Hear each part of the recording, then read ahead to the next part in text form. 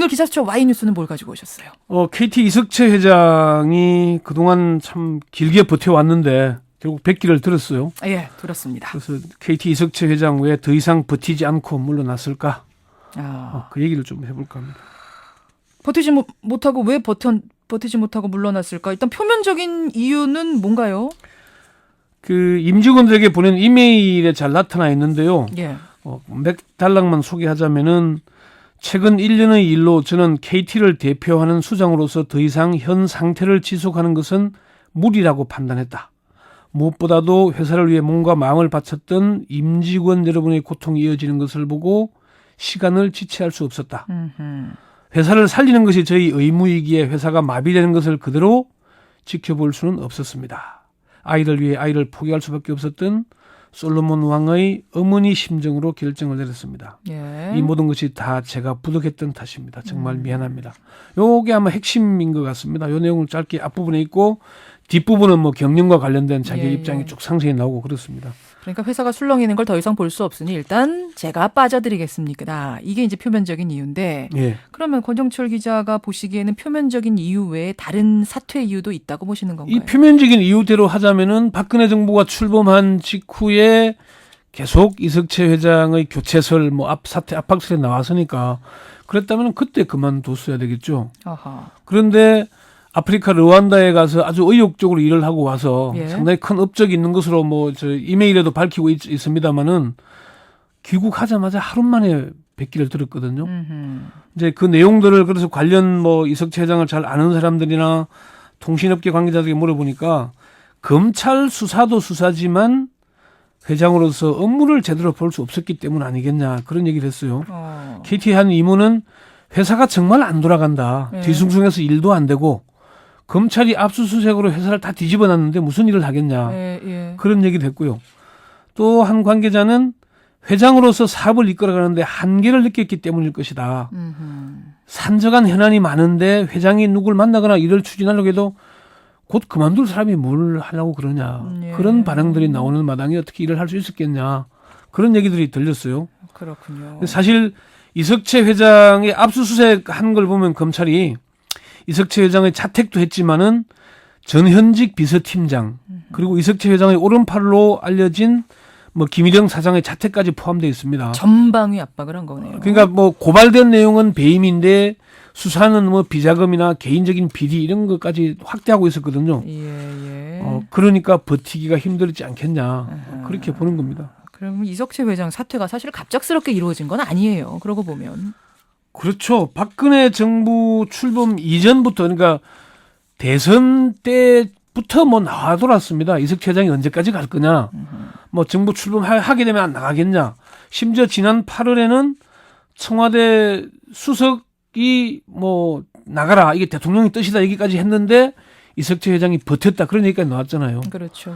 그러면서 계속 이런 압박이 나오니까 홍사덕 전 국회 부의장 예. 그리고 김종인 전 선대위원장 김병호 공보단장 등등 박근혜 대선 캠프에 있던 핵심 인물들까지 고문이다 자문력이다 이렇게 영입을 했어요. 예. 바람막이로 삼으면서까지 버티려고 했던 것이죠. 그렇군요. 그러니까 이게 이석채 회장의 사태가 갑작스러웠던 건 아닙니다. 예. 그러니까 그 당시에는 배임 얘기 이런 게 나오지도 않았는데도 이석채 회장이 언제 그만두냐 얘기가 나왔던 건 결국 이 자리가 정권 바뀔 때마다 상당히 탐이 나는 자리였던 사실은 거예요. 이석채 회장도요. 2009년 1월에 취임을 했는데 노무현 정부에서 임명된 남중수 사장의 임기가 남긴 상태에서 밀어내고 구속되고 그 자리에 앉았거든요. 그렇죠. 그리고 규정도 안 맞았는데 이사회에서 규정을 고치면서까지 이석채 회장을 앉혔습니다. 무리하게 앉혔던 거죠. 그러니까 결국은 남중수 전 사장의 발걸음을 따라가는 그런 모양새가 되고 있는 겁니다. 정권 바뀔 때마다 KT 사장은 바뀌는 것 이런 식으로 말이에요. 예. 사실 근데 KT 따지고 보면 공기업 아니잖아요 지금. 정부 지분이 한 주도 없습니다. 1%도 없잖아요. 근데 국민연금이 다수 대주주고 따지고 놓고 보면은 예. 그 오너도 없죠. 주인도 없습니다. 예. 주인이 없는 회사니까 KT나 포스코나 공기업에서 민영화돼 버렸으니까요. 그런데 이제 CEO는 사실 이게 상당히 매력 있는 자리잖아요. 그렇죠. KT만 봐도 연 매출이 지난해 매출이 18조 8천억이 한 20조 가깝죠. 어마어마하죠. 재계 서열 15위의 자산 규모입니다. 예, 예. 그러니까 이 회사의 정권을 잡으면은 이게 하나의 전리품이 되는 겁니다. CEO 앉힐 수 있죠. 거기다가 뭐 최민희 의원이 36명이라고 그랬지 않습니까? 낙하산 인사가 예. 그 수많은 캠프 사람들 자리 만들어줄 수 있죠. 그리고 뭐 정권 차원에서 여권의 정권 차원에서 행사를 하거나 협찬을 받기도 쉽죠. 이런 예, 일들이 예. 정말 뭐 써먹기 좋잖아요. 아하. 그러니까 이 자리를 누가 쉽게 노려하겠습니까? 그렇군요. 그렇다 보니까 정권 바뀔 때마다 KT CEO는 바뀐다는 얘기인데, 예. 근데 이렇게 되면은 KT CEO 자리가 낙하산으로 계속 임명이 되다 보면은 회사 자체의 안정성에 굉장히 이게 위협을 받는 거잖아요. 사실 이동통신 뭐 SKT, KT, LG가 3강 체제 아닙니까? 그러니까 예. 1, 2, 3인데 1위와 3위 업체인 SKT와 LGU 플러스는 오너가 있으니까 안 건드리고 예. 2위 업체만 계속 공격하는 그런 모양새거든요. KT로서는 사실 이게 엄청난 불이익이죠. CEO 리스크가 있을 때마다 매출이 떨어지지 않겠습니까? 당연하죠. 그리고 일이 겪기 힘든 일입니다. 사실 이거는 그리고 뭐 정치권뿐만 아니라 언론에서도 집중적으로 공격을 해야 되니까 예, 버티기 예. 힘들었을 건데 이 결국은 이 근본적으로 해결하자면은 지배구조 자체를 바꿔야 된다는 얘기가 나옵니다.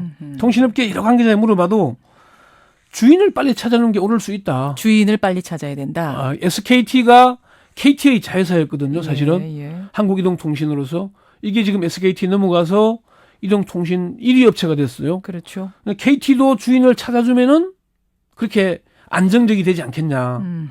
그런데 국민의 세금으로 만들어진 이 회사가 민영화됐지만은 세계 서열 15위의 덩치를 누가 가져가면은 네. 세계 서열 판도가 바뀌지 않겠습니까? 그렇죠. 그리고 이게 이제 과연 옳은가에 대한 고민도 해봐야 되고 다른 한 가지 대안은 그런 얘기를 합니다. 정권이 바뀔 때마다 CEO가 바뀔 거면 차라리 임기를 같이 가게 만들어라. 정권과 같이 가게 차라리 예. 만들어라. 5년을 주든지 아니면 2년 반씩 2차례를 하게 하든지. 그래요. 어차피 사기업의 오너가 아닌 사기업 CEO도 4년 내지 5년 하는 경우가 많지 않습니까? 예, 그러니까 예. 차라리 정권과 함께 CEO의 임기를 바꿔주면은 이런 혼란이 안 생기지 않겠냐. 예. 그런 얘기까지 나옵니다. KT 이석채 회장 물론 배임 혐의라는 이유로 지금 이제 사퇴를 하는 표면적인 이유는 그거지만 네. 그 내면엔 어떤 내용들이 흐르고 있는지 오늘 짚어봤습니다. 권영철 기자 수고하셨습니다. 네, 수고했습니다.